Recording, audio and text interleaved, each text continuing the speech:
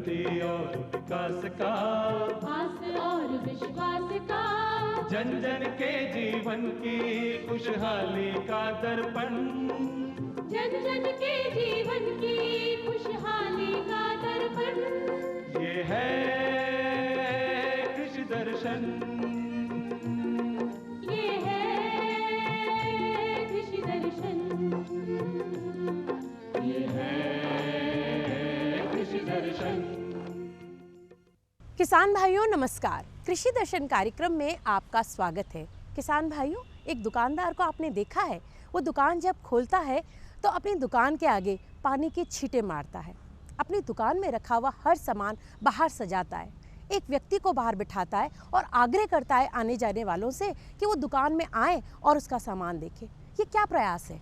ये एक ऐसा प्रयास है जिससे वो चाहता है कि उसका व्यवसाय आगे बढ़े, उसकी आमदनी आगे बढ़े, उसकी आमदनी दोगुनी हो जाए। किसान भाइयों, आप खेती बाड़ी का काम करते हैं, इसके साथ साथ आपको कुछ ऐसे कामों में भी भाग लेना चाहिए, ऐसे कार्यक्रमों में भाग लेना चाहिए, ऐसे सेमिनारों में आपको भाग लेना चाहिए जिनमें बहुत सारी जानकारियां कृषि से संबंधित होती हैं। आज ऐसी ही एक सेमिनार के बारे में हम आगे बात करेंगे, जानेंगे। उससे पहले हम देख लेते हैं खबरें खेती की। किसान भाइयों नमस्कार। खेत खलियानों की खबरों में आप सभी का बहुत बहुत स्वागत है। आइए सबसे पहले एक नज़र डालते हैं आज की खेती किसानी से जुड़ी हुई कुछ खास खबरों पर। 2 दिवसीय राष्ट्रीय पारंपरिक कृषि व पोषण स्वराज सम्मेलन संपन्न। कुम्हेर में मनाया गया राष्ट्रीय प्रौद्योगिकी दिवस। गंग कैनाल ऐप पर किसानों को अब मिलेगी खेती संबंधी जानकारी। खेती से कमाई बढ़ाने में बेहद मददगार है मिट्टी की जाँच। और बाड़मेर जिले में 56 स्थानों पर खुलेंगे पशु शिविर। जयपुर में 2 दिवसीय राष्ट्रीय पारंपरिक कृषि एवं पोषण स्वराज सम्मेलन का आयोजन किया गया, जिसमें मृदा, बीज, जल, खाद्य और कृषि विविधता पर चर्चा की गई। सम्मेलन में बीज, मृदा, जल, खाद्य, कृषि विविधता और स्वराज पर समुदाय के अनुभव, अभ्यास और अध्ययन पर चर्चा की गई। राजस्थान के आदिवासी क्षेत्र में मौजूदा चुनौतियों का संज्ञान लेते हुए कृषि मंत्री लालचंद कटारिया ने कहा कि बांसवाड़ा, डूंगरपुर, प्रतापगढ़ जैसे क्षेत्रों की भौगोलिक स्थिति ऐसी है जहां पर खेती करना बहुत मुश्किल है। पहाड़ों वाला असमान भूभाग, जहां पर जब भी बारिश होती है तो पहाड़ों की सतह से मिट्टी ढलान की वजह से बहकर चली जाती है, फिर इसे बनने में सालों लग जाते हैं। इन बदली प्रकृति प्रदत्त स्थितियों से किसानों को कठिनाइयों से जूझना पड़ता है।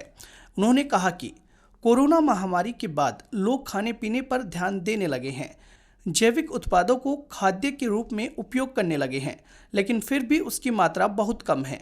राजस्थान के जल संसाधन मंत्री महेंद्रजीत सिंह मालवीय ने कहा कि आज के सम्मेलन का विषय यह है कि छोटे अनाज को किस तरह से जीवित रख सकते हैं और इसे बाजार में कैसे लाया जा सकता है। उन्होंने कहा कि खोए हुए बीज और पुरानी पद्धतियों को वापस अपनाए जाने की ज़रूरत है। इस अवसर पर बड़ी संख्या में कृषि से जुड़े लोगों ने जयपुर हाट में स्वदेशी बीज, जैविक उत्पादों की 2 दिवसीय प्रदर्शनी में सक्रिय रूप से भाग लिया। कृषि महाविद्यालय कुम्हेर में राष्ट्रीय प्रौद्योगिकी दिवस मनाया गया, जिसमें छात्रों को भारतीय कृषि में प्रौद्योगिकी के महत्व के बारे में बताया गया। कार्यक्रम की अध्यक्षता करते हुए महाविद्यालय के डीन डॉक्टर उदयभान सिंह ने बताया कि देश को ताकतवर व विकसित बनाने में प्रौद्योगिकी का बहुत बड़ा योगदान है। उन्होंने बताया कि विज्ञान और तकनीक के प्रयोग से कृषि उत्पादन में काफ़ी वृद्धि हुई है। अभी कृषि में तकनीकी समावेश की बहुत संभावनाएं हैं। Poly house, biotechnology, automisation, micro irrigation, precision farming आदि अपनाकर खेती का विकास किया जा सकता है। उन्होंने बताया कि तकनीकी का दुरुपयोग मानव अस्तित्व के लिए भी घातक हो सकता है। डॉक्टर राजकुमार मीना ने कहा कि तकनीकी के प्रयोग से ही देश का विकास हो सकता है। छात्रा सिमरन व अन्नू ने कहा कि तकनीकी विकास के लिए अधिक अनुसंधान की आवश्यकता है। इस अवसर पर बड़ी संख्या में महाविद्यालय के विद्यार्थी व स्टाफ सदस्य उपस्थित रहे। किसानों को गंग नहर के रेगुलेशन की ताज़ा जानकारी देने के लिए लॉन्च किया गया गंग कैनाल ऐप बहुउपयोगी बनने जा रहा है। गंग नहर प्रणाली से जुड़े किसानों को अब नहरों में पानी की आपूर्ति की स्थिति की जानकारी लेने के लिए सरकारी कार्यालयों का दौरा करने या कॉल करने की आवश्यकता नहीं होगी। वे SMS के जरिए जानकारी ले सकेंगे। श्रीगंगानगर जिला कलेक्टर रुक्मणी रियार ने किसान तकनीकी उन्नति बैसाखी महोत्सव में गंग नहर से संबंधित एक वेबसाइट, एंड्रॉइड ऐप और संदेश लिंक का शुभारंभ किया। इसे राष्ट्रीय सूचना विज्ञान केंद्र और जल संसाधन विभाग ने तैयार किया है।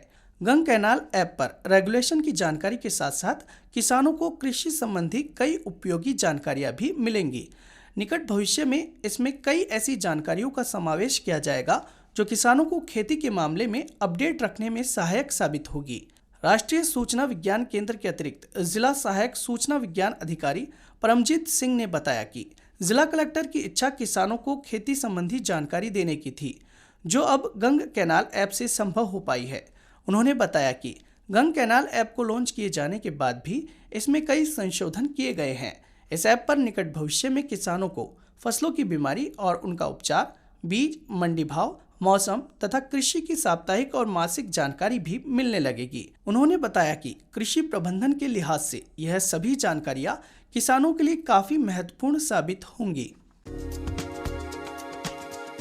बूंदी जिला मुख्यालय पर कृषि विभाग द्वारा संचालित मिट्टी परीक्षण प्रयोगशाला में किसान 5 रुपए में मिट्टी के नमूनों की जांच करवा रहे हैं। प्रधानमंत्री सोयल हेल्थ कार्ड बूंदी जिले के किसानों के खेत की मिट्टी की उर्वरक क्षमता को बताने में लाभदायक साबित हुआ है। जिले को अब की बार खरीफ फसल के लिए 4700 नमूनों की जांच का लक्ष्य मिला है। नमूनों की जांच 12 पैरामीटर परीक्षण मानक आधार पर कर रहे हैं। कृषि अनुसंधान अधिकारी रसायन जितेंद्र चौधरी ने बताया कि यहां प्रयोगशाला में खरीफ की फसलों के नमूने लिए जा रहे हैं, जिसमें सोयाबीन, मक्का, धान और उड़द के नमूने लेकर किसान पहुंच रहे हैं। उन्होंने बताया कि जांच के बाद मृदा कार्ड में बताई गई सिफारिश के अनुसार किसान संतुलित मात्रा में खाद एवं उर्वरकों का प्रयोग कर सकेंगे। इस प्रकार संतुलित मात्रा में उर्वरकों के प्रयोग से खेती की लागत में भी कमी आएगी और मिट्टी की उर्वरकता भी बनी रहेगी। उन्होंने बताया कि रबी की फसलों की कटाई के साथ गर्मी के मौसम में किसान अपनी खेत की मिट्टी का नमूना लेकर जांच जरूर करवाएं, जिससे उन्हें अपने खेत की उर्वरकता स्तर व उसमें मौजूद पोषक तत्वों की कमी और पूरी जानकारी प्राप्त हो सके और संतुलित उर्वरकों के प्रयोग से अच्छा उत्पादन लिया जा सके। बाड़मेर जिले के अभावग्रस्त गांवों में पशुधन के संरक्षण के लिए 56 स्थानों पर पशु शिविर खोले जाने के लिए प्रशासनिक स्वीकृति जारी की गई है। जिले में शिव, बाड़मेर, गडरा रोड और चौहटन तहसील क्षेत्रों के अभावग्रस्त गांवों में पशुधन के संरक्षण के लिए 56 स्थानों पर पशु शिविर खोले जाने की प्रशासनिक स्वीकृति जारी की गई है।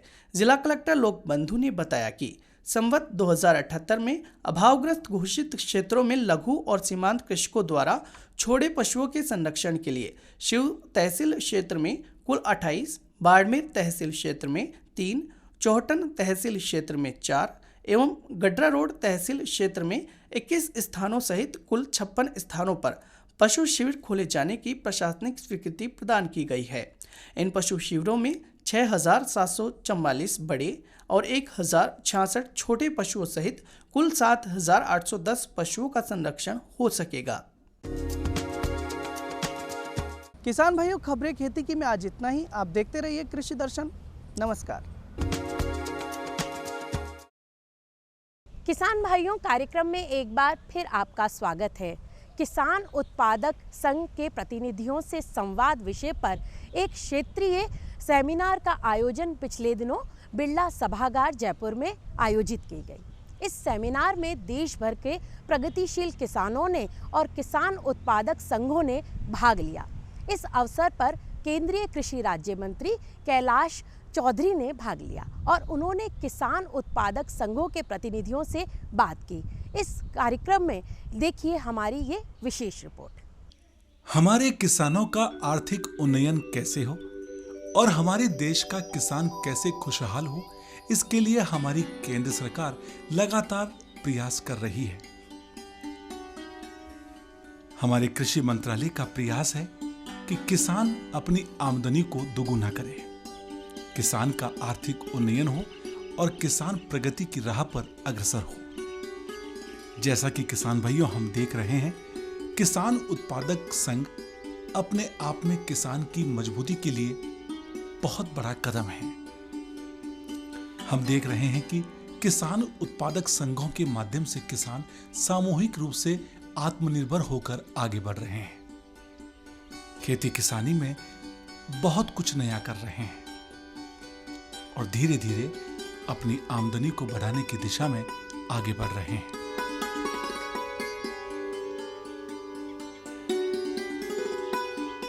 हमारे माननीय प्रधानमंत्री श्री नरेंद्र मोदी का लक्ष्य है देश में 10,000 किसान उत्पादक संघों का गठन करना और उसी अनुरूप हमारी सरकार कार्य कर रही है। किसान उत्पादक संघों की सक्रियता और साथ ही उनके कृषि विकास में भागीदारी सुनिश्चित करने के लिए राजधानी जयपुर में पिछले दिनों किसान उत्पादक संघों के प्रतिनिधियों से संवाद नामक विषय पर एक क्षेत्रीय सेमिनार का आयोजन किया गया। इस सेमिनार में महाराष्ट्र, गुजरात, राजस्थान और गोवा के प्रगतिशील किसानों और वहां के किसान उत्पादक संघों के प्रतिनिधियों ने भाग लिया। किसान उत्पादक संघों से किसान कैसे लाभकारी व्यवसाय करे, इस कार्यक्रम की थीम यह रही। जैसा कि हम जानते हैं कि किसान उत्पादक संघों के गठन में नाबार्ड की भूमिका सदैव ही महत्वपूर्ण रही है। इस सेमिनार में किसान उत्पादक संघों के साथ ही साथ सीबीबीओ के प्रतिनिधियों ने भी भाग लिया। हर मायने में एक सफल कार्यक्रम साबित हुआ। इस सेमिनार को मुख्य अतिथि के रूप में केंद्रीय कृषि राज्य मंत्री कैलाश चौधरी ने संबोधित किया। उन्होंने इस अवसर पर कहा कि किसानों की आमदनी बढ़ाने की दिशा में किसान उत्पादक संघ महत्वपूर्ण भूमिका निभाते हैं।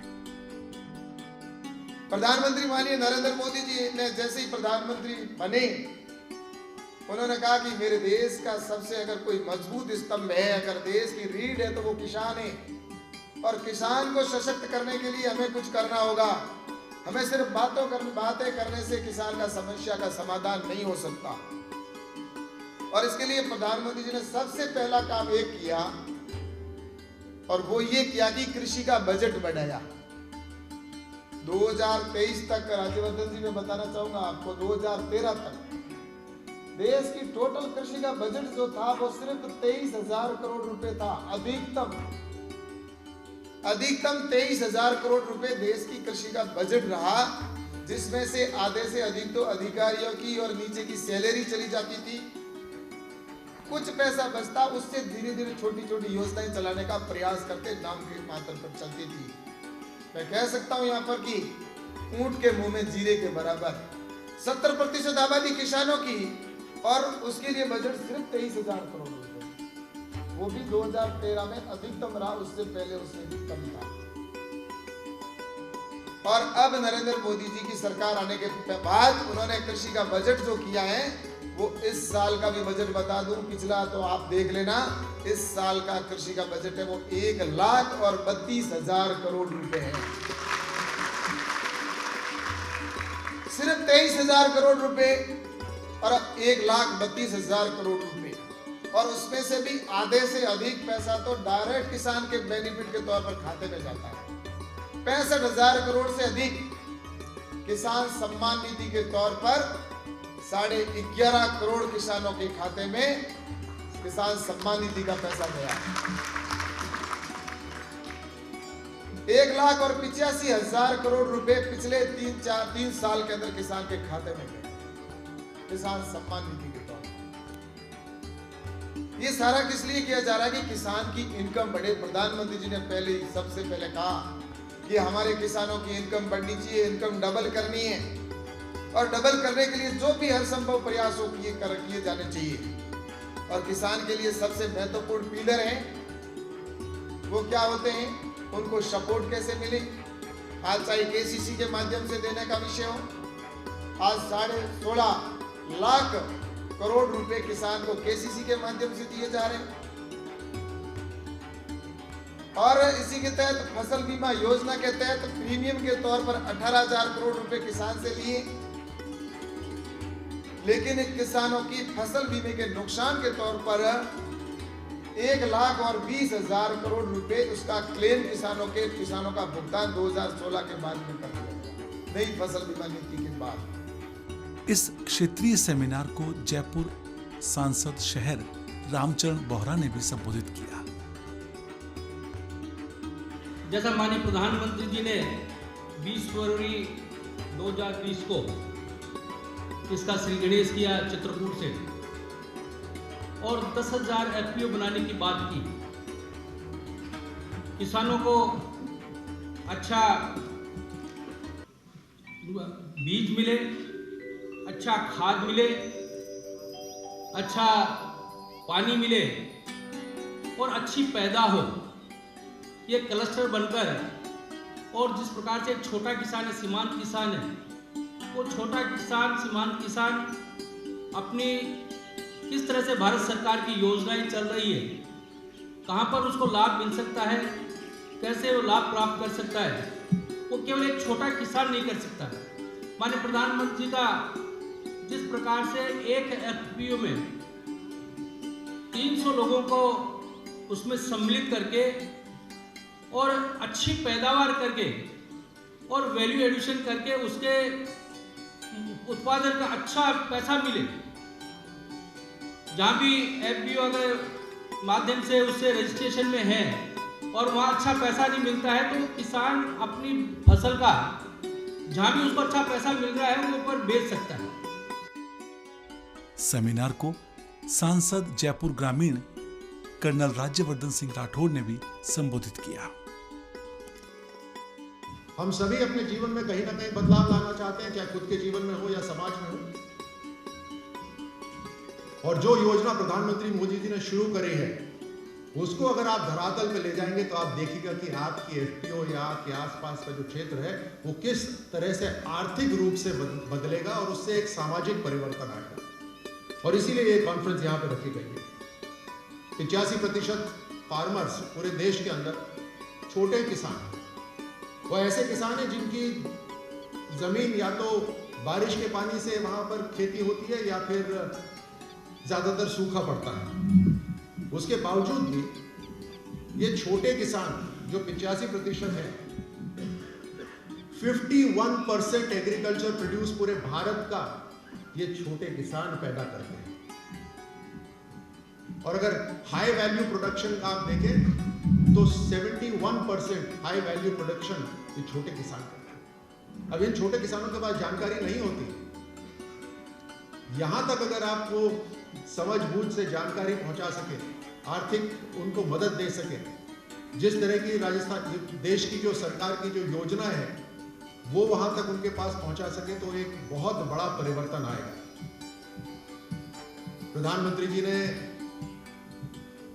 छोटे किसानों के लिए और सभी किसानों के लिए जो लोन की उपलब्धि करी है वो बहुत बड़ी मात्रा में है। आप अगर उसे कंपेयर करें, जो पहले लोन होता था तो कहीं ज्यादा 16 लाख करोड़ रुपए किसानों के लिए उपलब्ध है एज लोन। इतनी बड़ी मात्रा में केंद्र सरकार मदद कर रही है।